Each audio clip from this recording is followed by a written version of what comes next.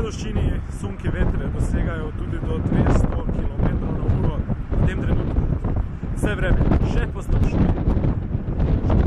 Številni delavci so na cestah, popravljajo tudi številne drogove, polomljena drevesa, odkrite strehe. V intervencijah so številni gasilci, reševalne službe in pa policija.